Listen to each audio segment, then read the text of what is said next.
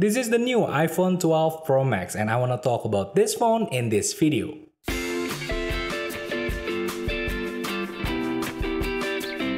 Action! Hi, I'm Wisnu Kumoro and welcome back to my video, and this is the new iPhone 12 Pro Max dan ini resmi di Indonesia. Well, definisi resminya di sini karena melalui jalur yang semestinya. Pertama, udah pasti bayar pajak. Kedua, karena melalui authorized distributor yang ditunjuk oleh Apple karena nggak ada Apple Store di Indonesia.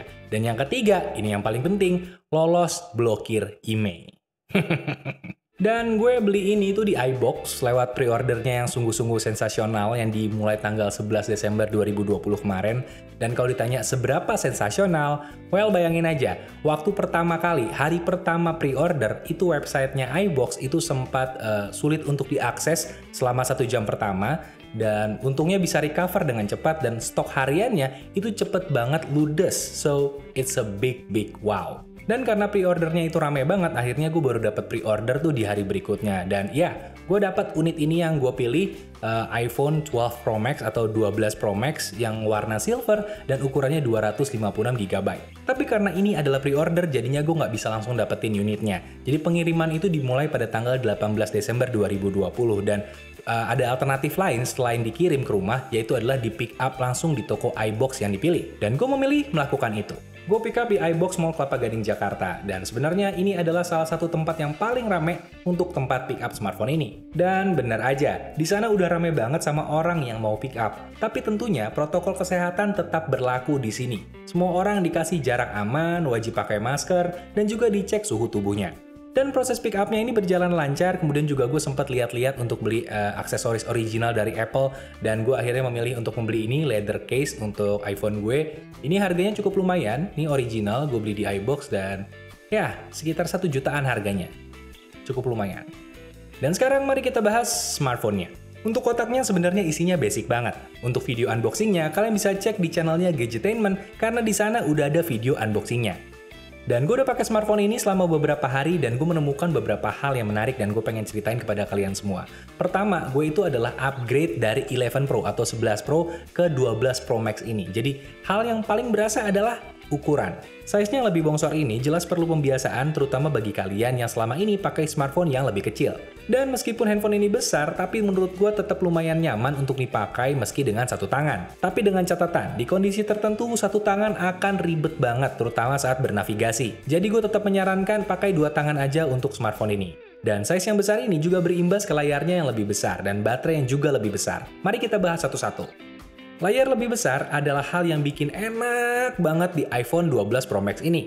Optimal banget kalau buat gue. Browsing nyaman, nonton streaming enak, bahkan untuk sisi kreatif, buat editing video atau audio, di sini juga jadi lebih enak. Untuk kualitas layarnya pun secara spesifikasi meningkat, karena layarnya ini adalah layar Super Retina XDR OLED yang support HDR10 dan memiliki keterangan 800 nits dan peaknya di 1200 nits.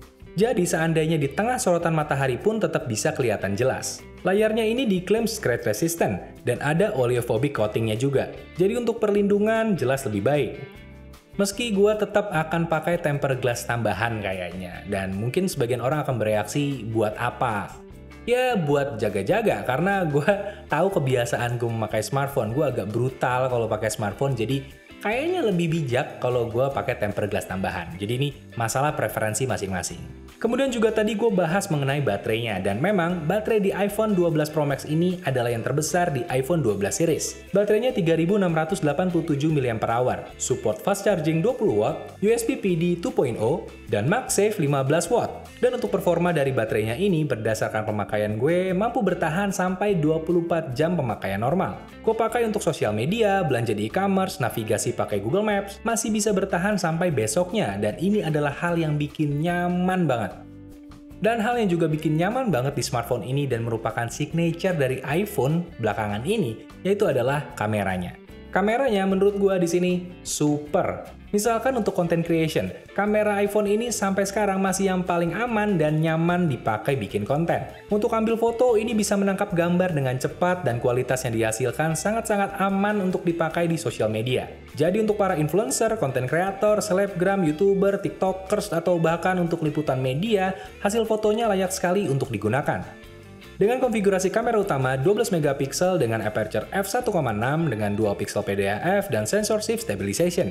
Kemudian juga ada telefoto 12 megapiksel dengan aperture 2.2, kemudian juga ada PDAF, OIS, dan 2,5 kali optical zoom.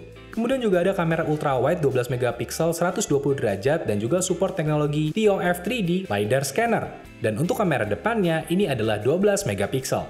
Konfigurasi ini menurut gue adalah improvement dari kamera iPhone sebelumnya. Jarak zoomnya jadi lebih jauh, kemudian juga hasil foto juga lebih ditingkatkan. Apalagi sudah ada update untuk hasil foto Apple RAW. Jadi kita bisa mendapatkan hasil foto RAW dengan ukuran sekitar 25 MB per foto, yang kemudian bisa kita olah kembali agar hasil fotonya lebih optimal. Ini biasanya digunakan oleh para fotografer atau foto entusias yang lebih profesional. Kemudian untuk hasil videonya, ini yang paling gue suka, aman aman banget. Untuk color dari videonya juga menurut gue bagus dan balance. Dynamic range-nya juga bagus dan ya pokoknya ini beneran bagus banget lah kalau buat video. Entah kamera depan maupun kamera belakang. Dan sedikit cerita buat kalian, jadi ketika gue datang ke conference global untuk acara teknologi, biasanya tuh gue ketemu banyak jurnalis di sana dan mereka merekam konten mereka itu biasanya pakai iPhone. Dan itu adalah gambaran kalau di kondisi yang praktis, iPhone pun cukup. Apalagi iPhone dengan spesifikasi yang tertinggi pada saat ini, iPhone 12 Pro Max. Dan paling segitu dulu initial review dari gue. Untuk selebihnya nanti mungkin akan gue sampaikan sekitar 30 hari lagi lah setelah gue menjajal lebih dalam mengenai smartphone ini. Karena memang gue berencana untuk memakai smartphone ini di keseharian gue, karena selama ini juga gue menggunakan iPhone sebagai salah satu daily driver gue, jadi gue akan jajal dan gue akan informasikan kembali update-nya kepada kalian. Untuk hasil foto, untuk di sosial media kayak gimana, kalian bisa cek di Instagram gue, karena di situ ada highlight untuk kumpulan foto dari iPhone gue ini, jadi silahkan aja cek di Instagram gue @wisnukumoro. Dan kalau kalian pengen tahu informasi lebih lanjut mengenai smartphone ini, silahkan cek link aja di deskripsi atau langsung aja visit ke ibox.co.id. Atau kalau mau lebih ringkas lagi langsung aja ke Instagramnya iBox Indonesia. Dan sekian video kali ini. Kalau kalian suka dengan videonya silahkan like dan subscribe. Dan kalau kalian suka banget silahkan di-share ke teman-teman kalian. Dan Wisnu Kumoro pamit. Dadah!